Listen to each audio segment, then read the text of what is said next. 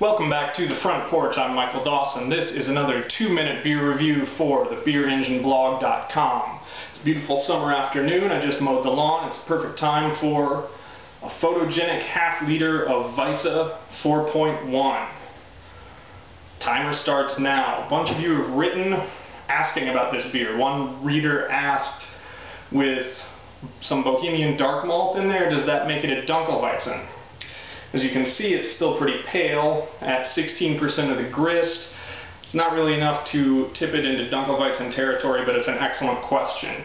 Going by the style guidelines, you just need Pilsner and wheat to make a Hefeweizen.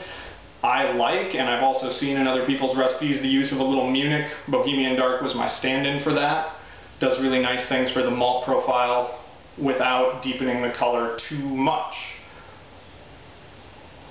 Some of you replied and said that Jamil and others swear by Weihenstephan 3068 at 62 degrees. Far be it from me. I was just after some manipulations. This is a really manipulatable yeast depending on pitch rate, fermentation temp, fermenter geometry, things like that. In fact, I will post the link to the post with the recipe below this video.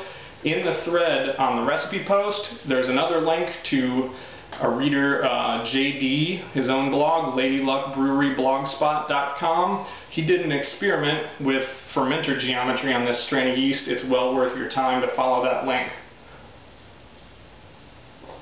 High pitch rate, closed fermentation, really wanted to drive the spice. This is very clovey, very cinnamony, but pretty warm fermentation temperature didn't totally eradicate the banana. It's nicely balanced but still intense. Very drinkable. My tasting panel's one criticism of this beer was that it tasted kind of thin. We're gonna go a little bit over this week, folks. Yeah.